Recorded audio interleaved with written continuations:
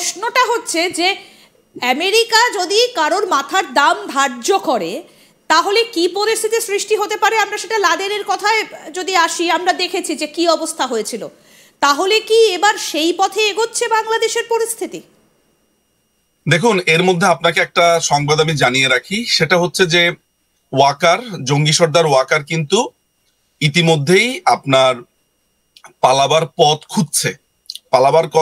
খুঁজছে বলতে আমাদের কাছে যে সংবাদগুলো আছে যে সে এরই মধ্যে আপনার কানাডাতে তার কাছে বেশ কিছু টাকা হস্তগত হয়েছে এই 5ই অগাস্টের ক্ষেত্রে, এবং প্রচুর সে অর্থের বিনিময়ে এই জঙ্গি হামলার দায়িত্বটা সে নিয়েছিল 5ই অগাস্টে, এবং সে কানাডাতে এবং কয়েকটা দেশে সে যাওয়ার জন্য ইতিমধ্যেই দেন দরবার শুরু করেছে যে কোন জায়গাতে সে স্থায়ী হতে পারে, এবং খুব দ্রুত, খুব সম্ভবত কিছু মাসের মধ্যেই সে বাংলাদেশ থেকে কেটে পড়তে চাইছে। এবং কেটে পড়বার আগে সে তার এই ছেলেটি কিন্তু অডিওতে বলছে যে আমি আপনার সন্তানের মতো।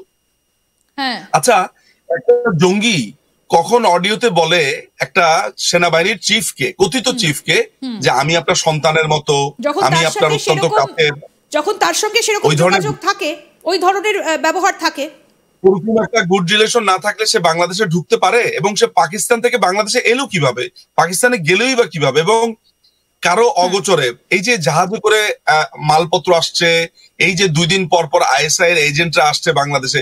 ইতিমধ্যে আমাদের কাছে যে সংবাদ আছে সেটা হচ্ছে ডিজিএফআই, বাংলাদেশের যে গোয়েন্দা সংস্থা, সামরিক গোয়েন্দা বলবো না, সামরিক গোয়েন্দা সংস্থা, মিলিটারি ইন্টেলিজেন্স, সামরিক বাহিনীর সদস্যদের দ্বারা গঠিত প্রতিরক্ষা একটা গোয়েন্দা সংস্থা আছে ডিজিএফআই।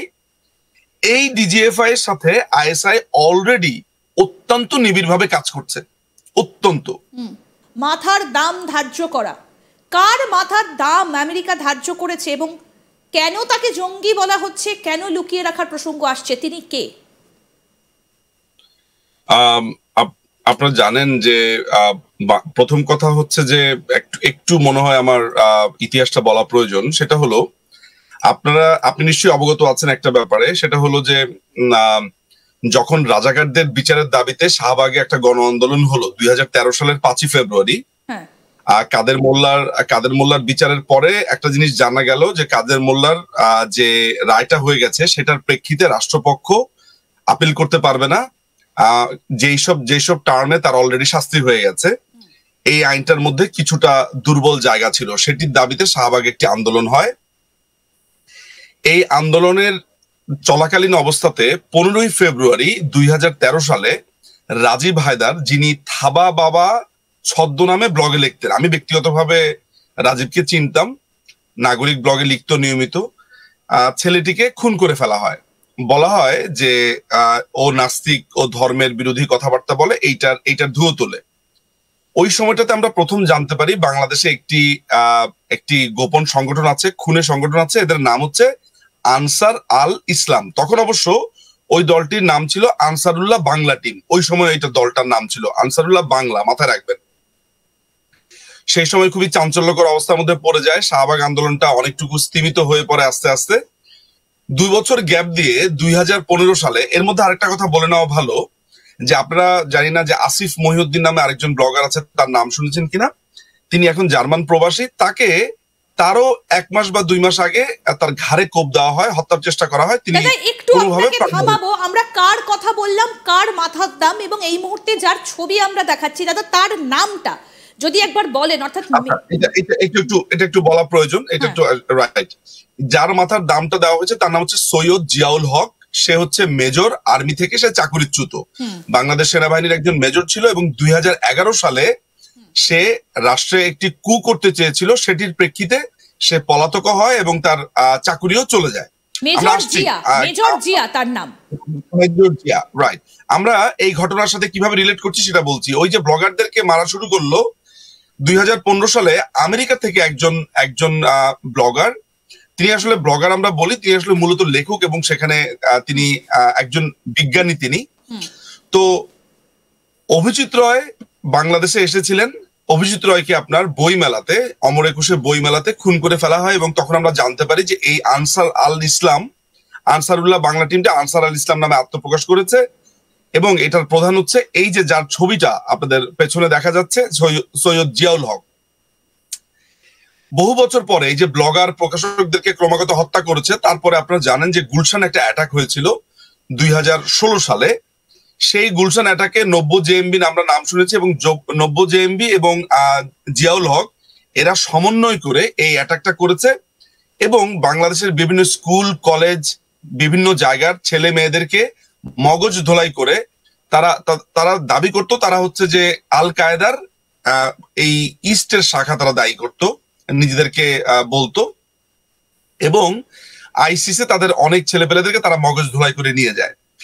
এই জিয়াউল হক একটা দীর্ঘ সময় পলাতক ছিল, তার সে মোস্ট ওয়ান্টেড ছিল। আমেরিকা একটা পর্যায়ে 2020 সালে, আমি ভুল না করে থাকলে, যখন বাংলাদেশে র্যাবের উপরে স্যাংশন দেওয়া হয় র্যাবের 6 জন অফিসারের উপরে, তখন হঠাৎ করেই আমেরিকা আমাদেরকে জানায়, একটা ঘোষণা দেয় যে জিয়াউল হককে যদি ধরে দিতে পারে তাহলে তাকে $5 মিলিয়ন অর্থ পুরস্কার দেওয়া হবে। এটা সেই সময় বেশ এটা এখনো সেই পুরস্কারটা অন আছে। তার মানে হচ্ছে আমেরিকার মোস্ট ওয়ান্টেড একজন জঙ্গি হচ্ছে জিয়াউল হক। এখন বাংলাদেশ পর্বে, অর্থাৎ 5ই আগস্টের পর যে 5ই আগস্টে যে জঙ্গি হামলা হয়েছে, এই নতুন বাংলাদেশ বলছি সেটা অন্যায় হচ্ছে, পূর্ব পাকিস্তানি বলা উচিত আমার। এই পূর্ব পাকিস্তান পর্বে হঠাৎ করে আমরা সামটাইমস ইন অক্টোবর বা নভেম্বরে আমরা দেখতে পেলাম যে জুলকারনাইন সামি বলে এক ভদ্রলোক আছেন, তিনি এই জঙ্গিটার 3টা অডিও প্রকাশ করলেন। কি অডিও প্রকাশ করলেন? প্রথম অডিওটা হচ্ছে তার কি হয়েছিল, কেন সে পলাতক, এটা বর্ণনা করলো। প্রথম অডিওতে আমরা জানতে পারলাম তার মুখে সে বলেছে সে তার কিছু বন্ধু বান্ধব নিয়ে 2011 সালে বঙ্গবন্ধু কন্যা মাননীয় প্রধানমন্ত্রী শেখ হাসিনাকে তিনি খুন করতে চেয়েছিলেন, একটা কু করতে চেয়েছিল, সেটা ব্যর্থ হয়েছিল। ওই ব্যর্থ হওয়ার পরে থেকেই সে পলাতক এবং সেনাবাহিনী থেকে তার চাকরি চলে যায়।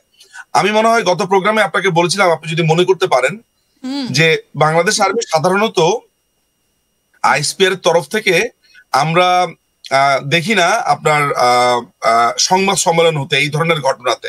এই ধরনের ঘটনাগুলো হলে যেটা হয়, নিজেরাই কোর্ট মার্শালের ভিতরে বিচার হয়ে যায়। আর্মির এই ব্যাপারগুলো সাধারণত জনসম্মুখে আসে না, বোধ করি সেটা ভারতেও ঘটে থাকে, ইন্টারনালি ব্যাপার স্যাপারগুলো সামনে আসে না। এমনকি আমাদের কোনো সৈনিক মারা গেলে বা অফিসার মারা গেলেও আমরা সামনে জানতে পারি না, এগুলো পাবলিক পলিসির কারণে হয়ে থাকে। যাই হোক, খুবই আনপ্রেসিডেন্ট একটা ওয়েতে সেনাবাহিনী একটা সংবাদ সম্মেলন করে এবং এই কুয়ের ব্যাপারটা সাধারণ মানুষকে জানিয়ে দেয়। আমার স্পষ্ট মনে আছে, চ্যানেল আইতে খুব সম্ভবত আমি তখন এটা দেখেছিলাম, একটা দীর্ঘ সংবাদ সম্মেলন। আচ্ছা, এই জিয়াউল হক দীর্ঘদিন অগোচরে ছিল, পরে জানা গেল সে পাকিস্তানে আশ্রয় নিয়েছে।